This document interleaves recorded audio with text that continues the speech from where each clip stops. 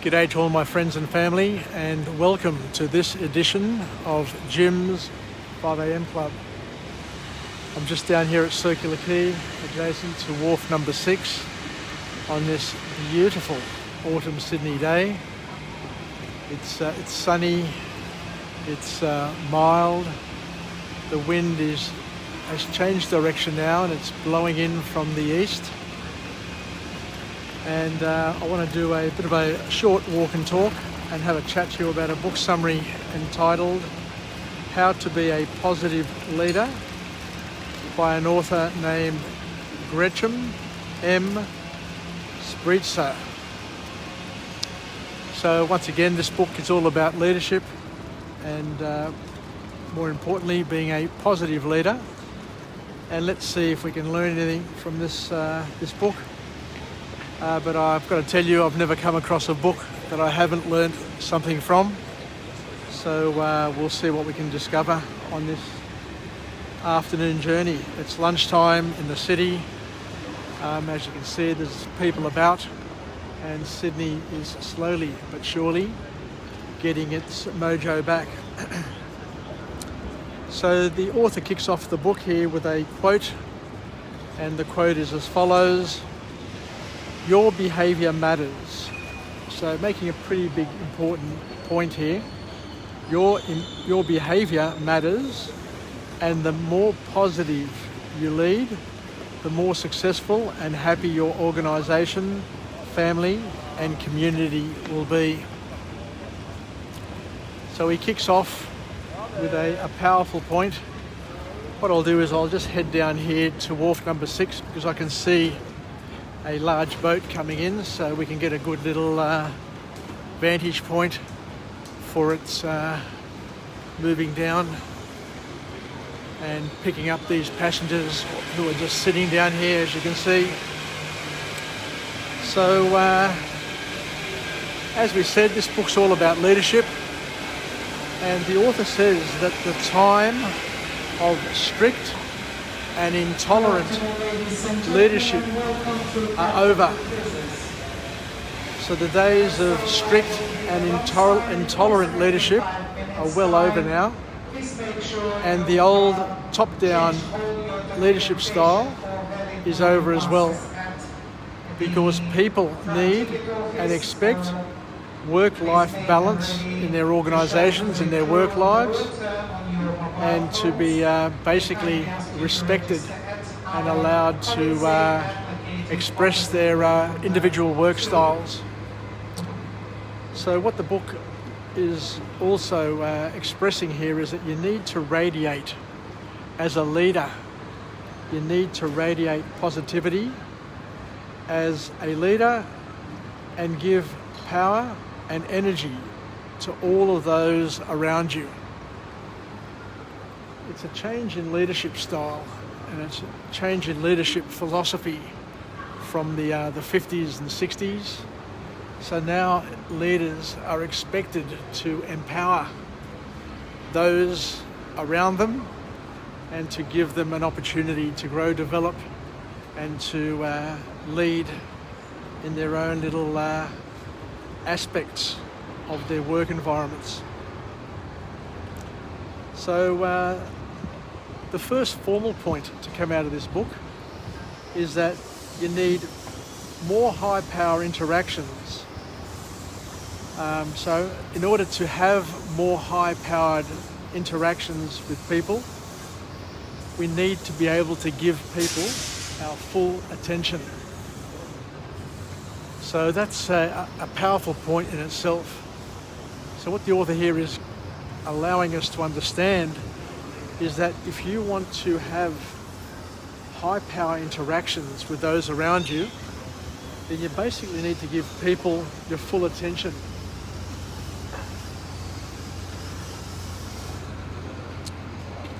And what the author also goes on to say is that the bigger your brain, the more social you are. And that's why humans are extremely social, because they've got the biggest brain compared to the body size of all the animals in the animal kingdom.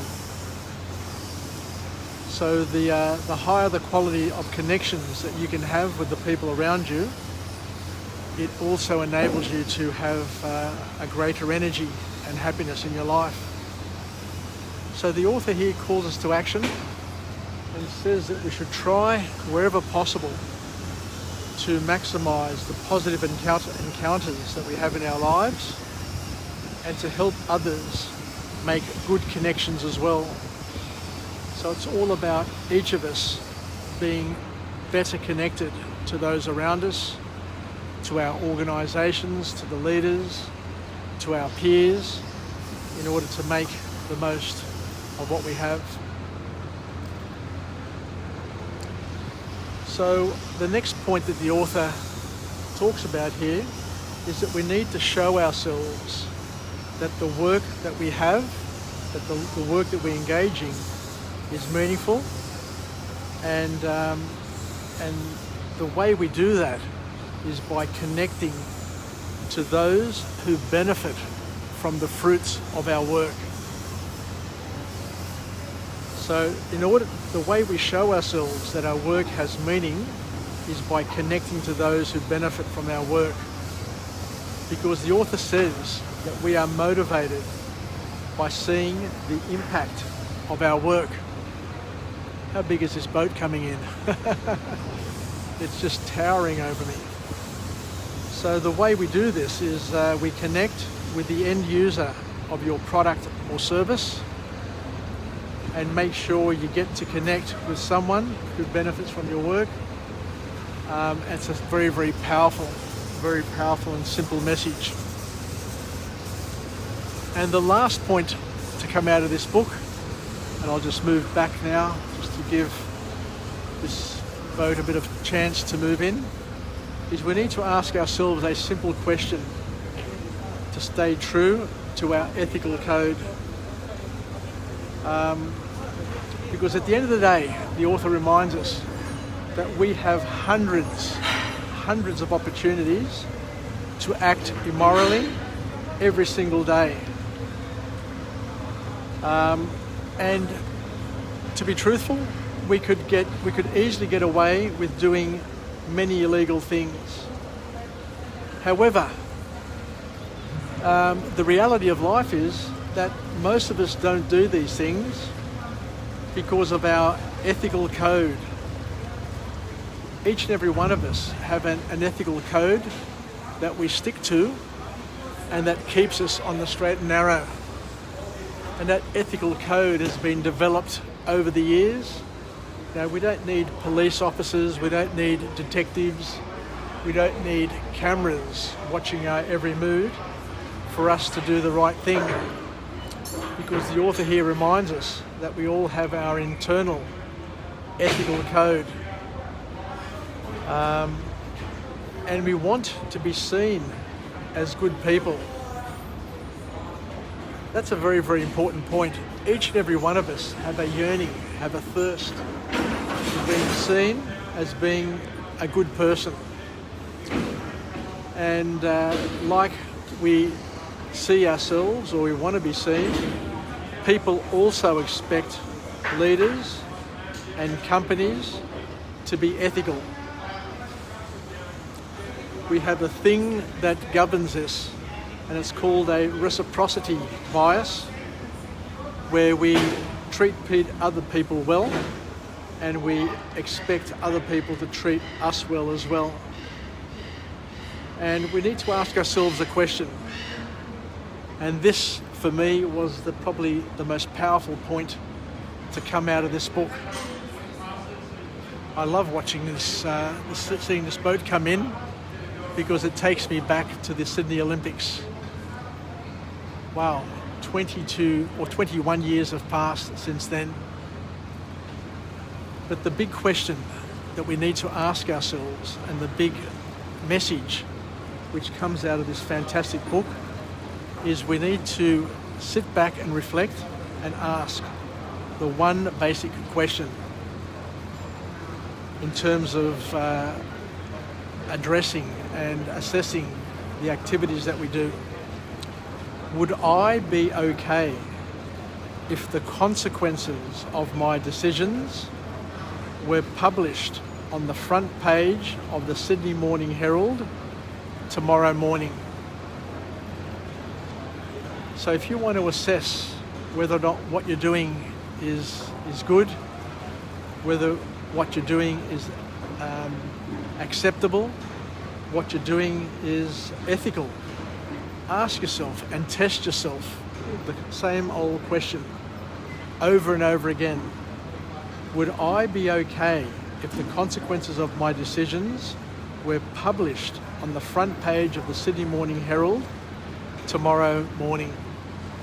And the answer to that simple question will help you determine whether or not what you're doing, what you're thinking, what you're preparing to do is ethical enough for you to follow through and to do it. So thank you very much for joining me on this episode of Jim's 5am Club, where we just went through yet another book summary on this beautiful day, highlighting the magnificence of this beautiful city of Sydney, my Sydney. And we just went through a book summary entitled How to Be a Positive Leader by Gretchen M Spreitzer. And we basically reaffirmed how important it is for us to be positive, how important it is for us to radiate positivity, to be ethical, and to have many high-power interactions, deep interactions with the people around us, where we basically give them all our attention. It's critical to give people our full attention in order to connect and to engage them. Otherwise, we miss out on the opportunity. You know, you see it time and time again. You go out with your friends, you're sitting at the table, they're on their mobile phones, other people are talking to somebody else, and they're basically distracted. They're in a different place and in a different, a different zone. They're zoned out. So if you want to connect with people, the one big lesson to come from this book is to give them your full attention. So thank you very much.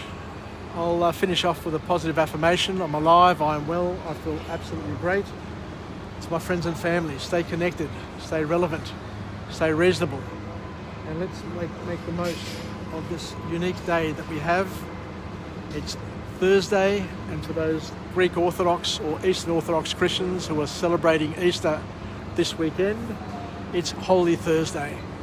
So wishing everybody all the very best today, and wishing us a happy and peaceful Easter, where we can spend some time with our family, our friends, our children, our grandchildren, and just enjoy this wonderful time of year.